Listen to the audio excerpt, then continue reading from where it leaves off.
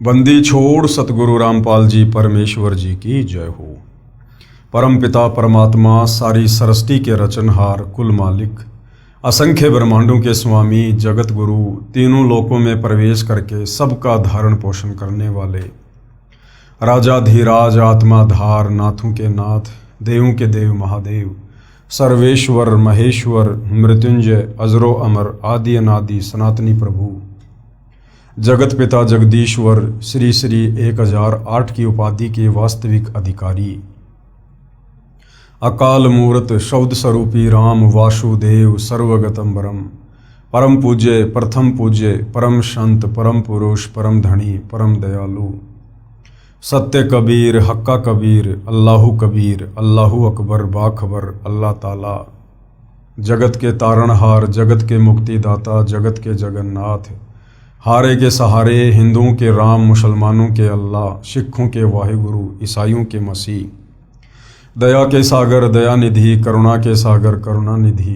स्वयंभू परिभू संकट मोचन कष्टहरण मंगल करण दुख भंजन अविगत कबीर निर्विकार निर्विषम परमात्मा अलय अलेख सतगुरु आदि अनादि सतगुरु असली मर्यादा पुरुषोत्तम असली राम असली कृष्ण असली घनश्याम असली मुरारी राजाओं के राजा महाराजाओं के महाराजा शहंशाहों के शहंशाह सम्राटों के सम्राट भगवानों के भगवान अल्लाहों के अल्लाह प्रभुओं के प्रभु मसीहाओं के मसीह सच्चे वाहिगुरु बाबाओं के बाबा पीरों के पीर सेठों के सेठ जगत सेठ सावड़सा सेठ सर्वगुण संपन्न अनंत कोटि कलाओं के स्वामी अनंत कोटि ब्रह्मांडों के नायक योगियों में महायोगी ध्यानियों में महाध्यानी सिद्धों में परम सिद्ध ज्ञानियों में तत्व ज्ञानी ब्रह्म ज्ञानी महाज्ञानी परम ज्ञानी सर्वश्रेष्ठ ज्ञानी विज्ञानी युवा कबीर समर्थ कबीर असमवात अमित ओजा सच्चे रहनुमा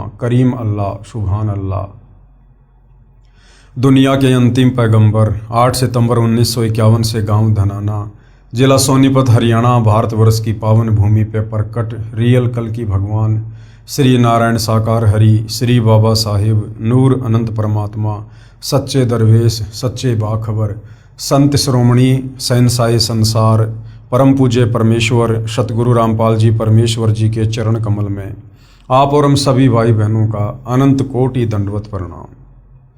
सत्साई भाई और बहनों, बहुत बड़ी दया बहुत बड़ी मेहर पूज्य गुरुदेव भगवान की परमेश्वर रामपाल जी की जिनके शुभ आशीर्वाद से विशेष आशीर्वाद से उन्हीं के सत्संगों के संग्रह के ऊपर बन चुकी पवित्र आध्यात्मिक पुस्तक कबीर बड़ा या कृष्ण के ऊपर वीडियो बनाने की श्रृंखला जारी है। इसी श्रृंखला में आज हमारा ये 25वें नंबर का वीडियो है। इस पवित्र पुस्तक के प्रत्येक वीडियो से हिंदू समाज से जुड़े उन भाई बहनों को अध्यात्म को लेकर भक्ति और भगवान को लेकर शास्त्र अनुकूल साधना को लेकर वो तमाम जानकारियां घर बैठे उपलब्ध हो रही हैं, जो जानकारी हमारे नादान धर्म गुरु तत्व ज्ञान के अभाव से हमें उपलब्ध नहीं करवा पाए। क्योंकि ये पवित्र पुस्तक कबीर बड़ा या कृष्ण हिंदुओं के चारों वेद पवित्र गीता जी और पुराणों के ज्ञान से मिश्रित है। ये पवित्र पुस्तक समस्त सदग्रंथों का निष्कर्ष निकाल कर लिखी गई है। यदि आपने धैर्यपूर्वक रुचि लेकर निष्पक्ष होकर इस पवित्र पुस्तक कबीर बड़ा या कृष्ण को पूरा पढ़ लिया या जो वीडियो बन रहे हैं वो वीडियो देख लिए, तो अंत में आप जी सोचने पर मजबूर हो जाएंगे और आप परम पूज्य परमेश्वर सतगुरु रामपाल जी से नाम दीक्षा लेंगे ही लेंगे, क्योंकि आपको सच्चाई का पता चल जाएगा। क्या सच्चाई? कि ये मनुष्य जन्म कितना अनमोल है, कितना कीमती है। 184 योनियों का कष्ट भोगने के बाद परमात्मा हमें एक मनुष्य जन्म देता है, स्त्री या पुरुष का, और ये मनुष्य जन्म सिर्फ और सिर्फ तत्वदर्शी संत की पहचान करके जो पवित्र गीता जी अध्याय 15 श्लोक नंबर 1 से 4 में लिखी हुई है, उनसे उपदेश प्राप्त करके आजीवन उनकी शरण में रहकर मर्यादा में रहकर शास्त्र अनुकूल साधना करके पूर्ण मोक्ष प्राप्त करने के लिए मिलता है। उसके बाद भाई और बहनों, आप अपने इस अनमोल मनुष्य जन्म को बर्बाद नहीं करोगे और तुरंत आप परम पूज्य सतगुरु रामपाल जी से उपदेश लेकर आत्म कल्याण के मार्ग में आगे बढ़ोगे। तो भाई और बहनों, इस पवित्र पुस्तक पर हमारा जो विषय चल रहा है वो है जनता की अदालत। और जनता की अदालत में जनता को ही जज बनाया गया है, क्योंकि वर्तमान में जनता शिक्षित है, एजुकेटेड है और अपने पवित्र सदग्रंथों को अपनी आंखों से देखकर निर्णय कर सकती है कि वास्तव में शास्त्र अनुकूल साधना क्या है और शास्त्र विरुद्ध साधना क्या है। मुकदमा है कबीर बड़ा या कृष्ण, यानी सबसे बड़ा भगवान कौन।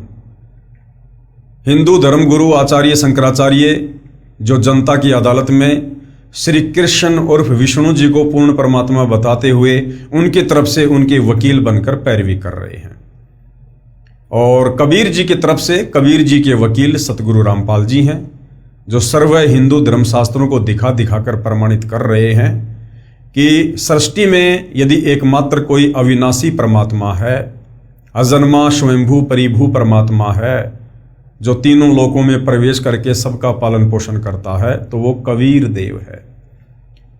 इसके अलावा श्री कृष्ण उर्फ विष्णु या ब्रह्मा जी, शंकर जी, ये सब नाशवान हैं, अविनाशी नहीं हैं।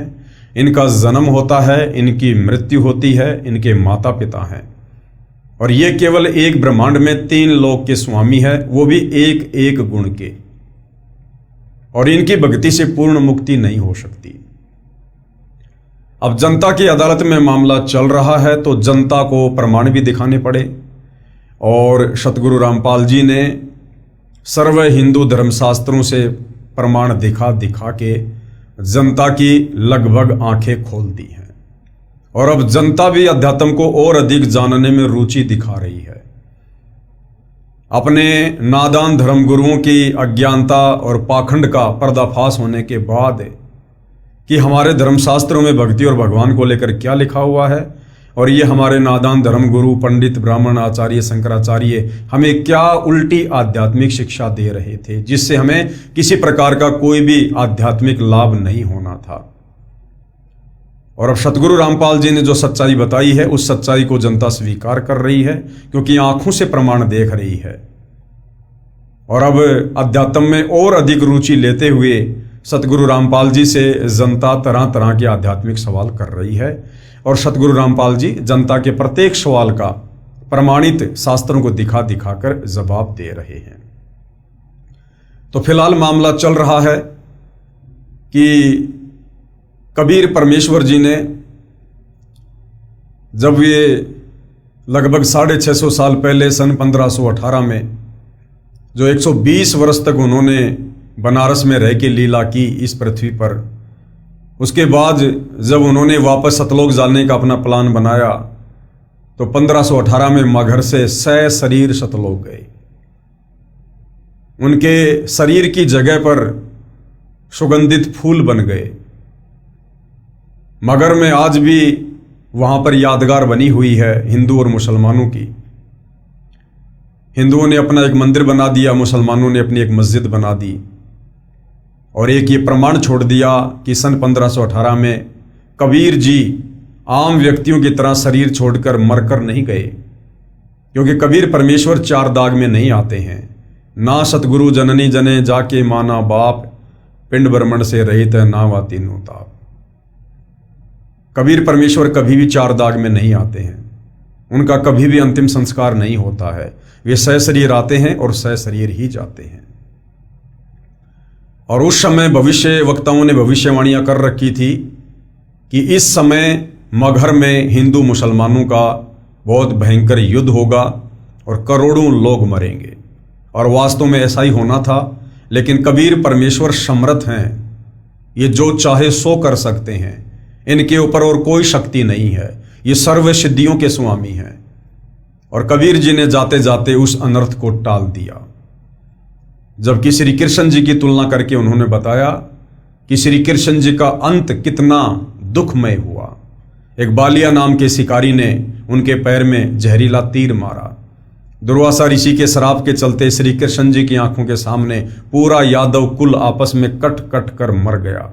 श्री कृष्ण जी के 10,000 पुत्र आपस में दुर्वासा के श्राप के कारण कट कट के मरे।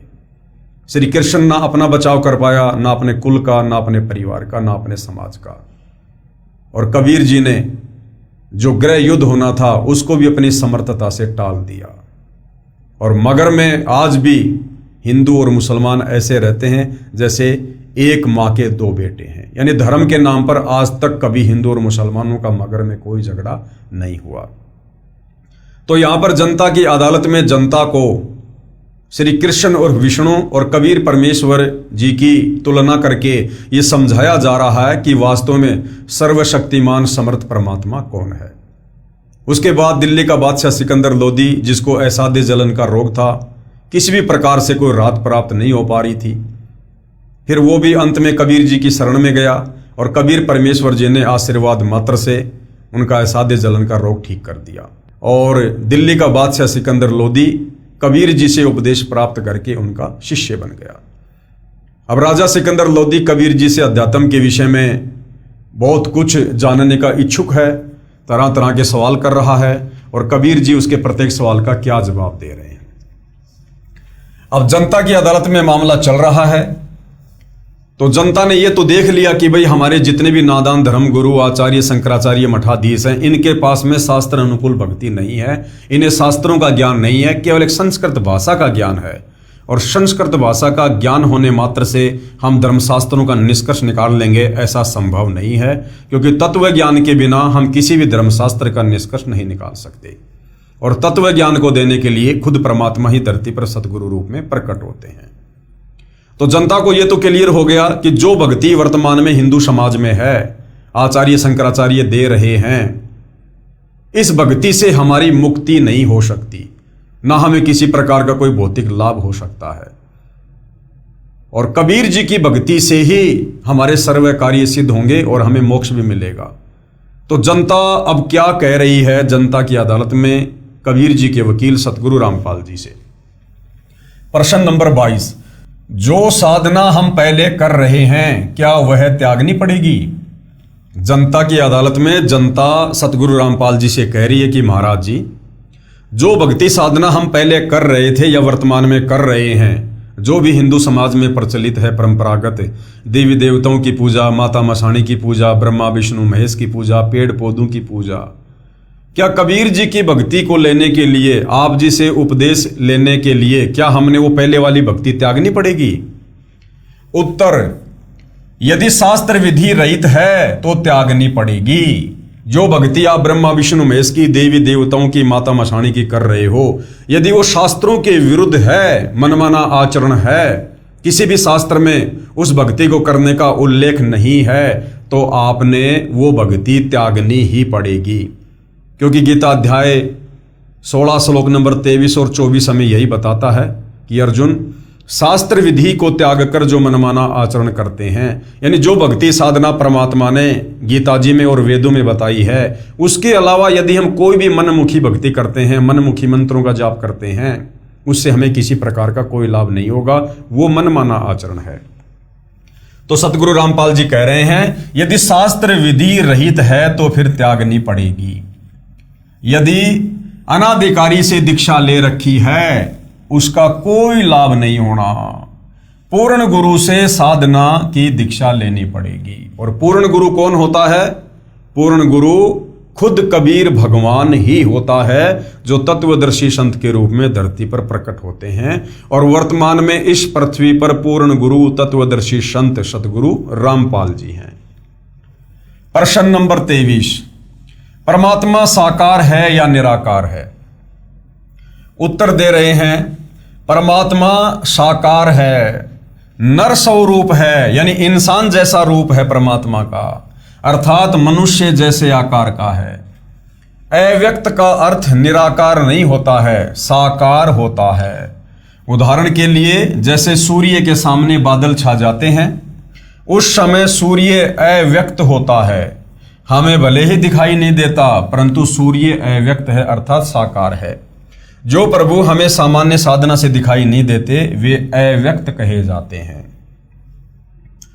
जैसे गीता जी अध्याय 7 श्लोक 24-25 में गीता ज्ञानदाता ने यानी काल ब्रह्म ने अपने आप को अव्यक्त कहा है, क्योंकि वह श्री कृष्ण जी के शरीर में प्रवेश करके बोल रहा था। जब व्यक्त हुआ तो विराट रूप दिखाया था। यह पहला अव्यक्त प्रभु हुआ। जो क्षर पुरुष कहलाता है यानी काल कहलाता है, जिसे काल भी कहते हैं। गीता अध्याय 8 श्लोक 17 से 19 तक दूसरा अव्यक्त अक्षर पुरुष है जो सात संग ब्रह्मांड का स्वामी है। गीता अध्याय 8 श्लोक 20 में कहा है कि इस अव्यक्त अर्थात अक्षर पुरुष से दूसरा सनातन अव्यक्त परमेश्वर अर्थात परम अक्षर पुरुष है। इस प्रकार ये तीनों साकार यानी नर आकार हैं, प्रभु हैं। अव्यक्त का अर्थ निराकार नहीं होता। क्षर पुरुष यानी ब्रह्म ने प्रतिज्ञा की है कि मैं कभी भी अपने वास्तविक रूप में किसी को दर्शन नहीं दूंगा। क्यों? क्योंकि इसको कबीर परमेश्वर जी की तरफ से श्राप लगा हुआ है। प्रमाण गीता अध्याय 11 श्लोक 47 और 48 में, जिसमें कहा है कि हे अर्जुन, ये मेरा विराट रूप आपने देखा, ये मेरा रूप आपके अलावा पहले किसी ने नहीं देखा, मैंने तुझ पर अनुग्रह करके दिखाया है।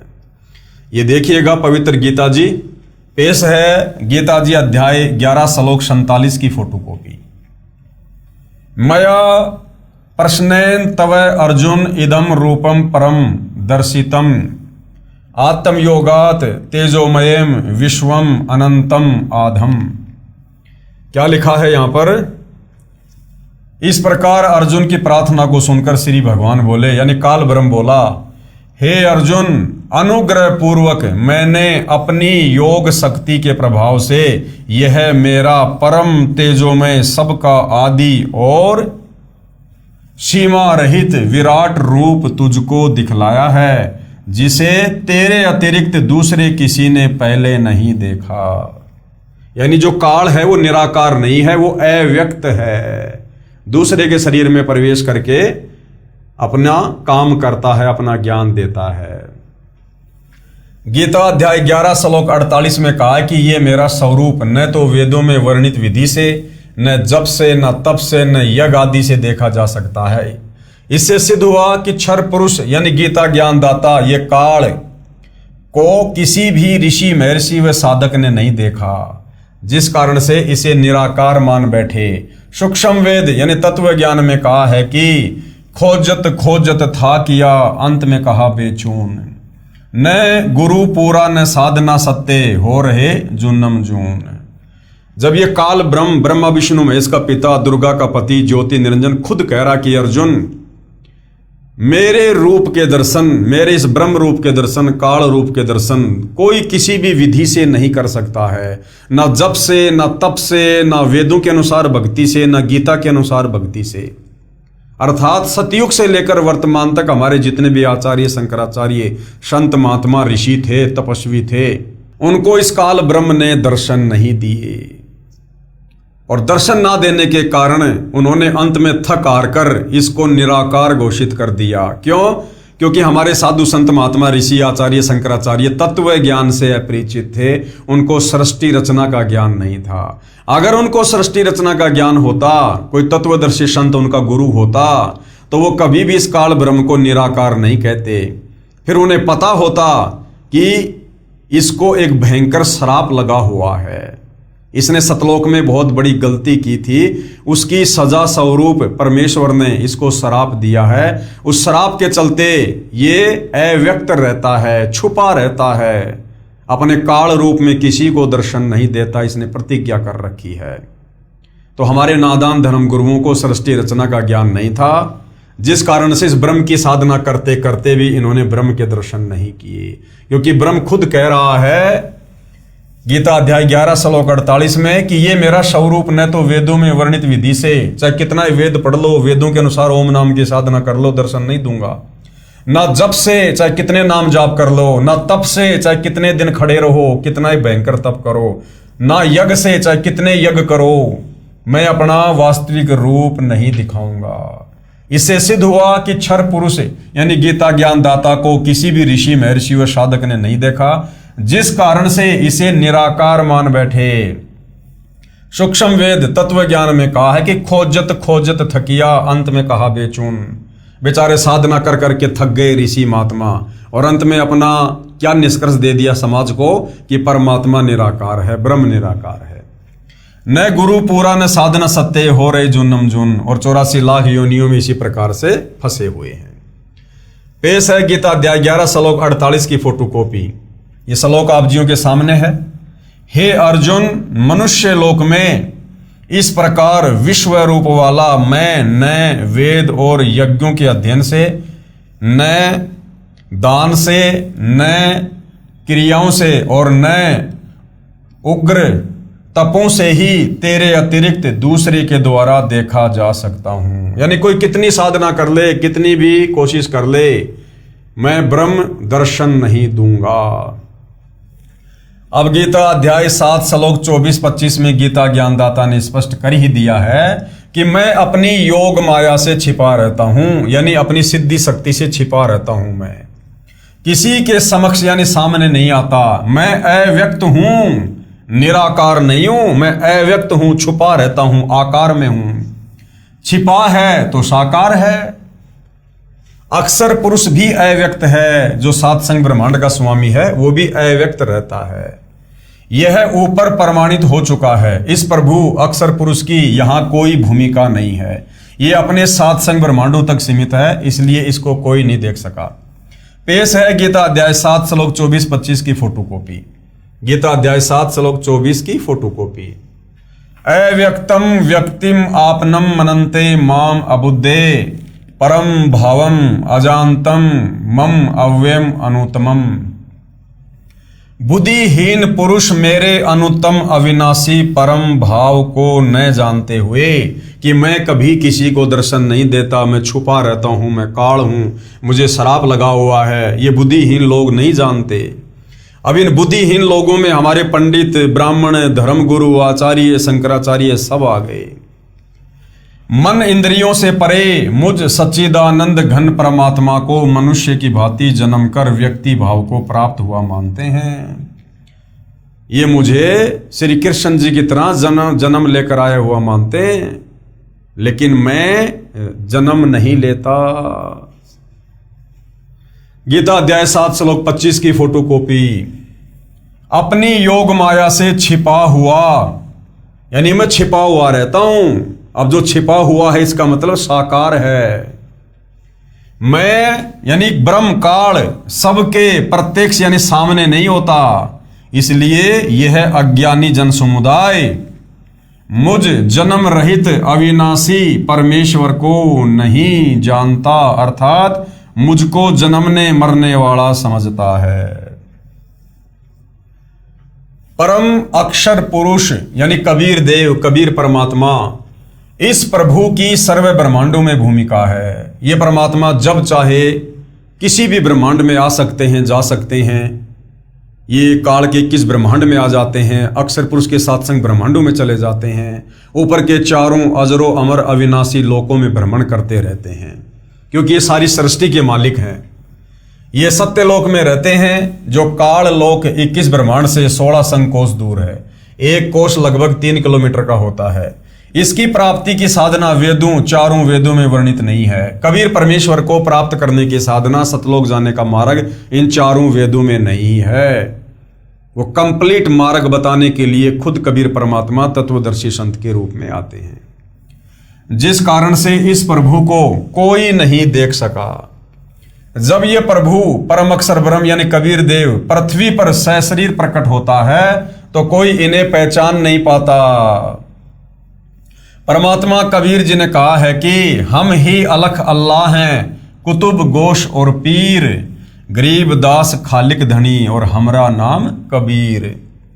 हम पूर्ण परमात्मा हैं, हम ही पीर अर्थात सत्य ज्ञान देने वाले सतगुरु हैं।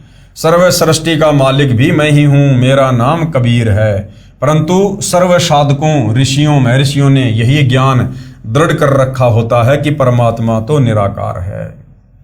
क्योंकि हमारे इन नादान धर्म गुरुओं ने ब्रह्म की साधना करते करते अंत में समाज को ये निष्कर्ष निकाल के दे दिया कि परमात्मा निराकार है, और सदियों से यही रट्टा लगाते हुए आ रहे हैं।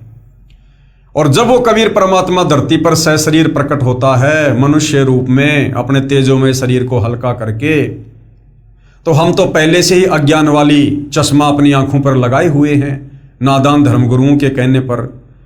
और जब वो भगवान आकर कहता है कि मैं भगवान हूं, मैं परमात्मा हूं, तो हम उसकी बातों पर यकीन नहीं करते, क्योंकि हम परमात्मा को निराकार मान चुके होते हैं।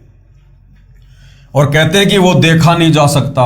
ये पृथ्वी पर विचरने वाला जुलाहा धानक कबीर एक कवि कैसे परम अक्षर ब्रह्म हो सकता है? उसका समाधान इस प्रकार है। विश्व में कोई भी परमात्मा चाहने वाला बुद्धिमान व्यक्ति चारों वेदों यानी ऋग्वेद, यजुर्वेद, सामवेद तथा अथर्ववेद को गलत नहीं मानता। यानी वेदों को सभी लोग सत्य मानते हैं। वर्तमान में आर्य समाज के प्रवर्तक महर्षि दयानंद को वेदों का पूर्ण विद्वान माना जाता रहा है। इनका भी यह कहना है कि परमात्मा निराकार है। आर्य समाज और महर्षि दयानंद वेदों के ज्ञान को सत्य मानते हैं। इन्होंने स्वयं ही वेदों का हिंदी अनुवाद किया है, जिसमें स्पष्ट लिखा है कि परमात्मा ऊपर के लोक में रहता है। अब रहता है तो भाई साकार भी है, नराकार भी है।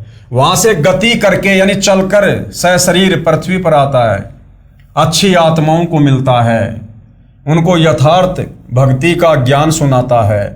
परमात्मा तत्व ज्ञान अपने मुख कमल से उच्चारण करके लोकोक्तियों, साखियों, शब्दों, दोहों तथा चौपाइयों के रूप में पदों द्वारा बोलता है, जिस कारण से प्रसिद्ध कवि की उपाधि भी प्राप्त करता है। कवियों की तरह आचरण करता हुआ पृथ्वी के ऊपर विचरण करता रहता है। भक्ति के गुप्त मंत्रों का आविष्कार करके साधकों को बताता है और भक्ति करने के लिए प्रेरणा करता है, सत्संग सुना के।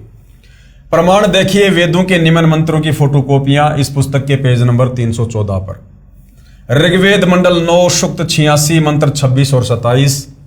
ऋग्वेद मंडल 9 सूक्त 82 मंत्र 1 और 2। ऋग्वेद मंडल 9 सूक्त 96 मंत्र 16 से 20।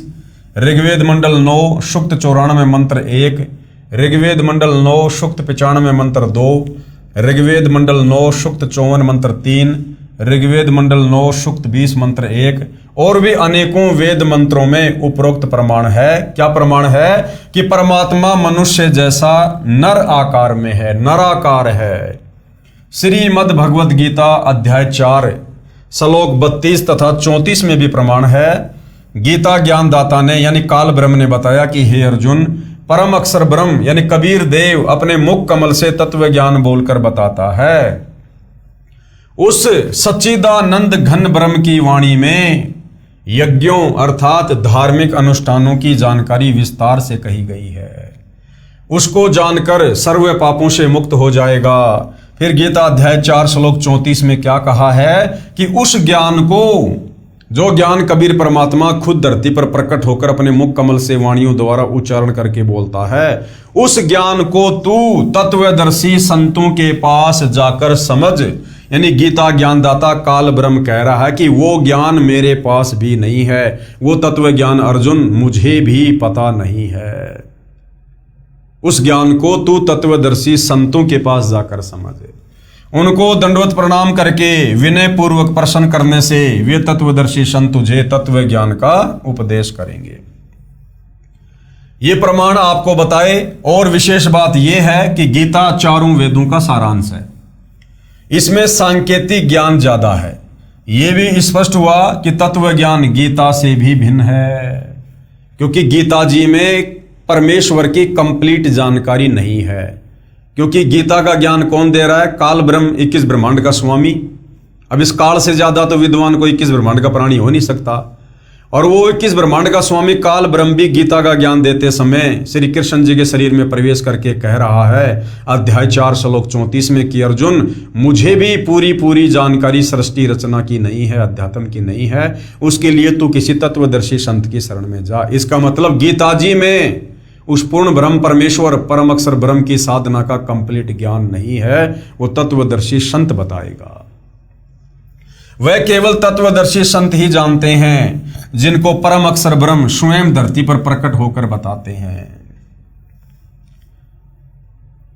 कबीर बड़ा या कृष्ण अध्याय नंबर 2, जनता की अदालत में जो मामला चल रहा है, अब उसका अध्याय नंबर 2 शुरू हो जाता है।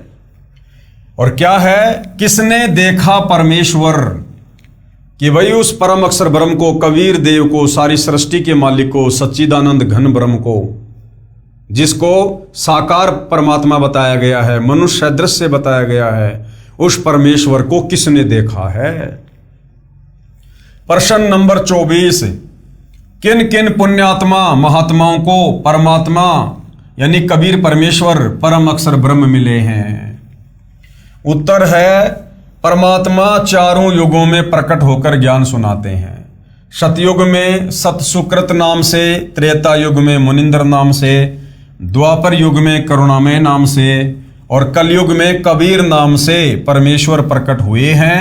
सूक्ष्म वेद में कहा है कि सूक्ष्म वेद यानी पांचवा वेद, सतयुग में सत सुकृत कह टेरा, त्रेता नाम मुनिंद्र मेरा, द्वापर में करुणा में कहाया और कलयुग नाम कबीर धराया।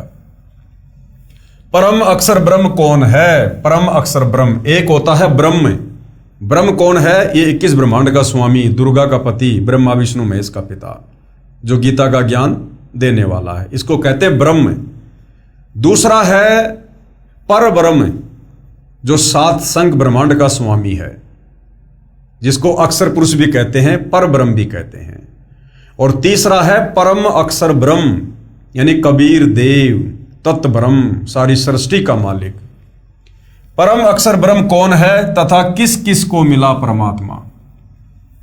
कलयुग में परमेश्वर जिन जिन महान आत्माओं को मिले उनको तत्व ज्ञान बताया, उनका मैं संक्षिप्त वर्णन करता हूं। किन किन को मिले? संत धर्मदास जी से परमेश्वर कबीर जी का साक्षात्कार। श्री धर्मदास जी बनिया जाति से थे, जो बांधवगढ़ यानी मध्य प्रदेश के रहने वाले बहुत धनी व्यक्ति थे। उनको भक्ति की प्रेरणा बचपन से ही थी, जिस कारण से एक रूपदास नाम के वैष्णव संत को गुरु धारण कर रखा था। हिंदू धर्म में जन्म होने के कारण संत रूपदास जी श्री धर्मदास जी को राम, कृष्ण, विष्णु तथा शंकर जी की भक्ति करने को कहते थे। एकादशी का व्रत, तीर्थों पर भ्रमण करना, श्राद्ध कर्म, पिंडोदक क्रिया सब करने की राय दे रखी थी। गुरु रूपदास जी द्वारा बताई सभी साधना श्री धर्मदास जी पूरी आस्था के साथ किया करते थे। गुरु रूपदास जी की आज्ञा लेकर धर्मदास जी मथुरा नगरी में तीर्थ दर्शन, तीर्थ स्नान करने तथा गिरिराज यानी गोवर्धन पर्वत की परिक्रमा करने के लिए गए हुए थे। परम अक्षर ब्रह्म यानी कबीर देव एक जिंदा महात्मा की वेशभूषा में धर्मदास जी को स्वयं मथुरा में मिले। श्री धर्मदास जी ने उस तीर्थ तालाब में स्नान किया जिसमें श्री कृष्ण जी बाल्यकाल में स्नान किया करते थे। फिर उसी जल से एक लोटा भरकर लाए, भगवान श्री कृष्ण जी की पीतल की मूर्ति जिसको शालिग्राम कहते हैं उसके चरणों पर डालकर दूसरे बर्तन में डालकर चरणामृत बनाकर पिया। फिर शालिग्राम को स्नान करवाकर अपना कर्मकांड पूरा किया। एक स्थान को लीप कर अर्थात गारा तथा गाय का गोबर मिलाकर कुछ भूमि पर पलस्तर करके उस पर स्वच्छ कपड़ा बिछाकर श्रीमद् भगवत गीता का पाठ करने बैठे। ये सारी क्रिया जब धर्मदास जी कर रहे थे, परमात्मा जिंदा वेश में थोड़ी दूरी पर बैठे देख रहे थे। धर्मदास जी भी देख रहे थे कि एक मुसलमान संत मेरी भक्ति क्रियाओं को बहुत ध्यानपूर्वक देख रहा है। लगता है इसको हम हिंदुओं की साधना मन भा गई है। इसलिए श्रीमद् भगवत गीता का पाठ कुछ ऊंचे स्वर में करने लगा तथा हिंदी का अनुवाद भी पढ़ने लगा। परमेश्वर उठकर धर्मदास जी के निकट आकर बैठ गए। धर्मदास जी को अपना अनुमान सत्य लगा कि वास्तव में इस जिंदा वेशधारी बाबा को हमारे धर्म का भक्ति मार्ग अच्छा लग रहा है। इसलिए उस दिन गीता के कई अध्याय पढ़े तथा उनका अर्थ भी सुनाया।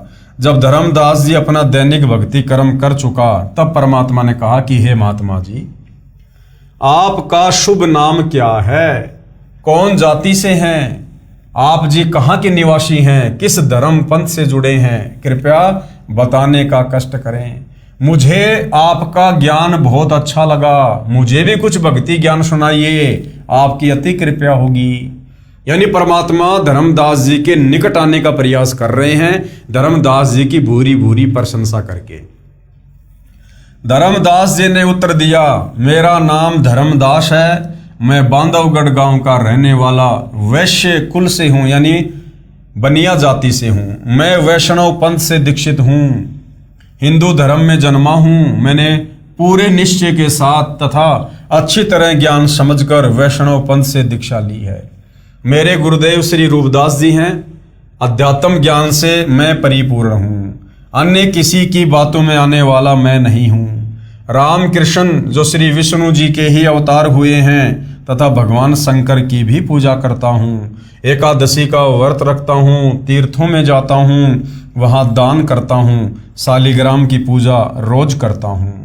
ये पवित्र पुस्तक श्रीमद् भगवद गीता है, इसका नित्य पाठ करता हूँ।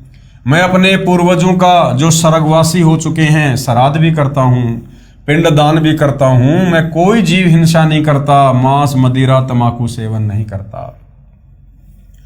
परमेश्वर कबीर जी ने पूछा कि आप जिस पुस्तक को पढ़ रहे थे इसका नाम क्या है? धर्मदास जी ने बताया कि ये श्रीमद् भगवत गीता है।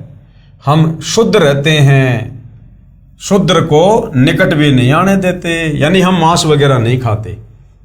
प्रश्न नंबर 25, कबीर जी जिंदा रूप में आप क्या नाम जाप करते हो?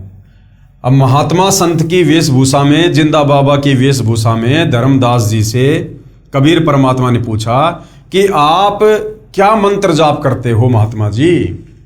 तो धर्मदास जी ने बताया, उत्तर धर्मदास जी का, हम हरे कृष्ण कृष्ण कृष्ण हरे हरे, ओम नमः शिवाय, ओम भगवते वासुदेवाय नमः, राधे राधे श्याम मिला दे, गायत्री मंत्र का जाप 108 बार प्रतिदिन करता हूँ।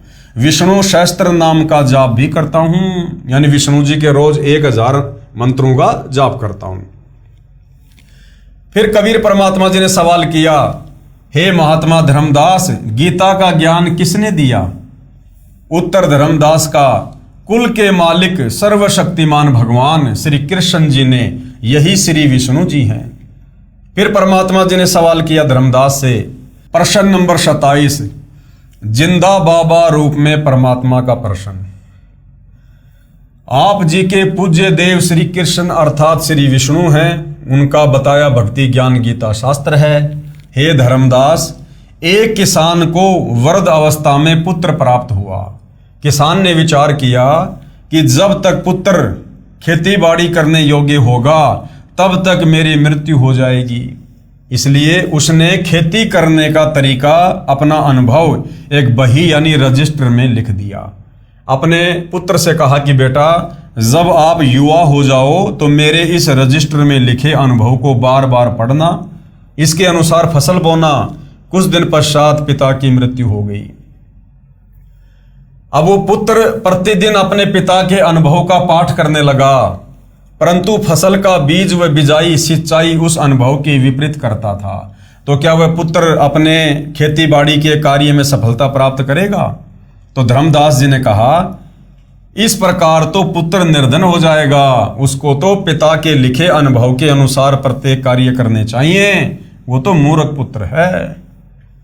फिर आगे सवाल किया कबीर परमात्मा जी ने, प्रश्न नंबर 28, बाबा जिंदा रूप में भगवान जी का, हे धर्मदास, गीता शास्त्र आपके परम पिता भगवान कृष्ण और विष्णु जी का अनुभव तथा आपको आदेश है कि इस गीता शास्त्र में लिखे मेरे अनुभव को पढ़कर इसके अनुसार भक्ति करोगे तो मोक्ष प्राप्त करोगे। क्या आप जी गीता में लिखे श्री कृष्ण जी के आदेश अनुसार भक्ति कर रहे हो? क्या गीता में वे मंत्र जाप करने के लिए लिखे हैं जो आप जी के गुरु जी ने आप जी को जाप करने के लिए दिए हैं? हरे राम राम राम हरे हरे, हरे कृष्णा कृष्ण कृष्ण हरे हरे, ओम नमः शिवाय, ओम नमः भागवते वासुदेवाय नमः, राधे राधे श्याम मिला दे, गायत्री मंत्र तथा विष्णु सहस्त्र नाम। क्या गीता जी में एकादशी का व्रत करने तथा श्राद्ध कर्म करने और पिंडोदक क्रिया करने का आदेश है? तो धर्मदास जी ने क्या कहा? नहीं है। तो परमात्मा जी ने क्या बताया फिर आप जी तो उस किसान के बेटे वाला ही कार्य कर रहे हो जो पिताजी की आज्ञा की अवहेलना करके मनमानी विधि से गलत बीज गलत समय पर फसल बीजकर मूर्खता का प्रमाण दे रहा है। जिसे आपने मूर्ख कहा है, क्या आप जी उस किसान के मूर्ख बेटे से कम है? धर्मदास जी बोले, हे जिंदा, आप मुसलमान फकीर हैं, इसलिए हमारे हिंदू धर्म की भक्ति क्रिया व मंत्रों को गलत कह रहे हो। अब धर्मदास जी सत्य को स्वीकार नहीं कर रहा है और उल्टा परमात्मा जी को दोष दे रहा है कि तू मुसलमान है ना, इसलिए हम हिंदुओं की भक्ति क्रियाओं को गलत कह रहा है। अब उत्तर दिया परमात्मा ने कबीर जी का जिंदा रूप में उत्तर, हे स्वामी धर्मदास जी, यानी धर्मदास थोड़ा नाराज हो गया तो सारी सृष्टि का स्वामी कबीर भगवान जिंदा रूप में धर्मदास जी को कह रहा, हे स्वामी मैं कुछ नहीं कह रहा, आपके धर्म ग्रंथ कह रहे हैं कि आपके धर्म के धर्मगुरु आप जी को शास्त्र विधि त्याग कर मनमाना आचरण करा रहे हैं। जो आपकी गीता के अध्याय 16 श्लोक 23-24 में भी कहा है कि हे अर्जुन, जो साधक यानी भगत शास्त्र विधि को त्याग कर, यानी जो भक्ति जो नाम गीता और वेदों में नहीं है उसको त्याग कर जो मनमाना आचरण करता है, अर्थात मनमाने मंत्र जाप करता है, मनमाने श्राद्ध कर्म व पिंडोदक कर्म व व्रत आदि करता है, उसको न तो कोई सिद्धि प्राप्त हो सकती है, न सुख ही प्राप्त होगा और न ही गति अर्थात मुक्ति मिलेगी। इसलिए व्यर्थ है। गीता अध्याय 16 श्लोक 24 में कहा है कि इससे तेरे लिए कर्तव्य अर्थात जो भक्ति कर्म करने चाहिए तथा अकर्तव्य यानी जो भक्ति कर्म नहीं करने चाहिए, इसकी व्यवस्था में शास्त्र ही प्रमाण है। कौन सी भक्ति करनी चाहिए, कौन सी भक्ति नहीं करनी चाहिए अर्जुन, और किसी की बातों पर यकीन मत करना। धर्मशास्त्र क्या कह रहे हैं, शास्त्र ही प्रमाण है इस बात का। गीता और वेद क्या कह रहे हैं, किस भक्ति को करने के लिए कह रहे हैं, किन मंत्रों का जाप करने के लिए कह रहे हैं, शास्त्र ही प्रमाण है। अन्य किसी की मनमानी बातों का शिकार मत होना। उन शास्त्रों में बताए भक्ति कर्म को करने से ही लाभ होगा। धर्मदास जी ने कहा, हे जिंदा, तू अपनी जुबान बंद कर ले, मुझसे और नहीं सुना जाता। जिंदा रूप में प्रकट परमेश्वर ने कहा, हे वैष्णव महात्मा धर्मदास जी, सत्य इतनी कड़वी होती है जितना नीम, परंतु रोगी को कड़वी औषधि न चाहते हुए भी सेवन करनी चाहिए, उसी में उसका हित है। यदि आप नाराज होते हो तो मैं चला। इतना कहकर परमात्मा जिंदा रूपधारी अंतर ध्यान हो गए। धर्मदास को बहुत आश्चर्य हुआ तथा सोचने लगा कि ये कोई सामान्य संत नहीं था, ये पूर्ण विद्वान सिद्ध पुरुष लगता है। मुसलमान होकर हिंदू शास्त्रों का पूर्ण ज्ञान है, ये कोई देव हो सकता है। धर्मदास जी अंदर से मान रहे थे कि मैं गीता शास्त्र के विरुद्ध साधना कर रहा हूं, परंतु अभिमानवश स्वीकार नहीं कर रहे थे। जब परमात्मा अंतर्ध्यान हो गए तो पूर्ण रूप से टूट गए कि मेरी भक्ति गीता के विरुद्ध है, मैं भगवान की आज्ञा की अवहेलना कर रहा हूं। मेरे गुरु श्री रूपदास जी को भी वास्तविक भक्ति विधि का ज्ञान नहीं है। अब तो इस भक्ति को करना न करना बराबर है, व्यर्थ है। बहुत दुखी मन से इधर उधर देखने लगा तथा अंदर से हृदय से पुकार करने लगा कि मैं कैसा ना समझ हूं। सर्व सत्य देख कर भी एक परमात्मा तुल्य महात्मा को अपनी नासमझी तथा हट के कारण खो दिया है। हे परमात्मा, एक बार वही संत फिर मिले तो मैं अपना हट छोड़कर नम्र भाव से सर्व ज्ञान समझूंगा। दिन में कई बार हृदय से पुकार करके रात्रि में सो गया। सारी रात्रि करवट लेता रहा, सोचता रहा, हे परमात्मा ये क्या हुआ। सर्व साधना शास्त्र विरुद्ध कर रहा हूं। उस फरिश्ते ने मेरी आंखें खोल दी। मेरी आयु 60 वर्ष हो चुकी है। अब पता नहीं वह देव जिंदा रूपी पुनः मिलेगा कि नहीं। प्रातः काल वक्त से उठा, पहले खाना बनाने लगा। उस दिन भक्ति की कोई क्रिया नहीं की। पहले दिन जंगल से कुछ लकड़ियां तोड़कर रखी थी, उनको चूल्हे में जलाकर भोजन बनाने लगा। एक लकड़ी मोटी थी, वह बीचों बीच थोती थी, उसमें अनेकों चींटियां थी। जब वह लकड़ी जलते जलते छोटी रह गई तब उसका पिछला हिस्सा धर्मदास जी को दिखाई दिया तो देखा उस लकड़ी के अंतिम भाग में कुछ तरल पानी सा जल रहा है। चींटियां निकलने की कोशिश कर रही थी, वे उस तरल पदार्थ में गिरकर जलकर मर रही थी। कुछ अगले हिस्से में अग्नि से जलकर मर रही थी। धर्मदास जी ने विचार किया, ये लकड़ी बहुत जल चुकी है, इसमें अनेकों चींटियां जलकर भस्म हो गई हैं उसी समय अग्नि बुझा दी। विचार करने लगा कि इस पाप युक्त भोजन को मैं नहीं खाऊंगा, किसी साधु संत को खिलाकर मैं उपवास रखूंगा, इससे मेरे पाप कम हो जाएंगे। ये विचार करके सर्व भोजन एक थाल में रखकर साधु की खोज में चल पड़ा। परमेश्वर कबीर जी ने अन्य वेशभूषा बनाई जो हिंदू संत की होती है। एक पेड़ के नीचे बैठ गए। धर्मदास जी ने साधु को देखा, उनके सामने भोजन का थाल रखकर कहा कि हे महात्मा जी, भोजन खाओ। साधु रूप में परमात्मा ने कहा कि लाओ धर्मदास, भूख लगी है। अपने नाम से संबोधन सुनकर धर्मदास को आश्रित हुआ, परंतु अधिक ध्यान नहीं दिया।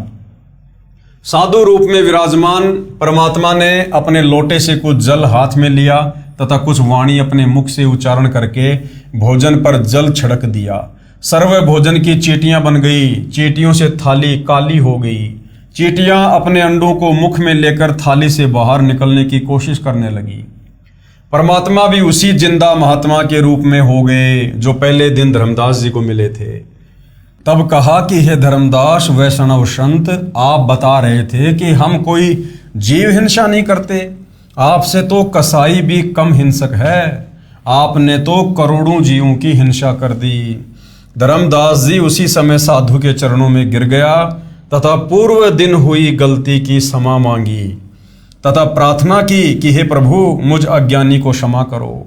मैं कहीं का नहीं रहा, क्योंकि पहले वाली साधना पूर्ण रूप से शास्त्र विरुद्ध है, उसे करने का कोई लाभ नहीं। ये आप जी ने गीता से ही प्रमाणित कर दिया। शास्त्र अनुकूल साधना किससे मिले, ये आप ही बता सकते हैं। मैं आपसे पूर्ण आध्यात्मिक ज्ञान सुनने का इच्छुक हूं। कृपया मुझ किंकर पर दया करके मुझे वह ज्ञान सुनाएं जिससे मेरा मोक्ष हो सके। तो भाइयों और बहनों, धर्मदास जी कबीर परमेश्वर जी से शास्त्र अनुकूल साधना के विषय में जानने की प्रार्थना कर रहे हैं, क्योंकि धर्मदास जी हिंदू धर्म से होने के नाते सर्व परंपरागत पूजा पाठ ही कर रहे थे, जो वर्तमान में भी तत्व ज्ञान के अभाव में हिंदू समाज कर रहा है, जिसको करने के लिए गीता अध्याय 16 श्लोक 23 में मना किया गया है कि शास्त्र विधि को त्याग कर जो मनमाना आचरण करता है उसकी ना गति होती है, ना सिद्धि प्राप्त होती है, ना कोई कार्य सिद्ध होता है। तो कबीर परमेश्वर जी धर्मदास जी को किस प्रकार से शास्त्र अनुकूल साधना के विषय में बताएंगे और किस धर्मशास्त्र का हवाला देंगे ताकि धर्मदास की बुद्धि सेट हो और उन्हें अच्छे से अपने ही धर्मशास्त्रों में वर्णित शास्त्र अनुकूल साधना का ज्ञान हो। तो भाइयों और बहनों, इस विषय में हम कल चर्चा करेंगे। तब तक पूज्य गुरुदेव भगवान हम सबको आज्ञा दे, आशीर्वाद दे, सद्बुद्धि दे, मार्गदर्शन करे। बंदी छोड़ सतगुरु रामपाल जी परमेश्वर जी की जय हो।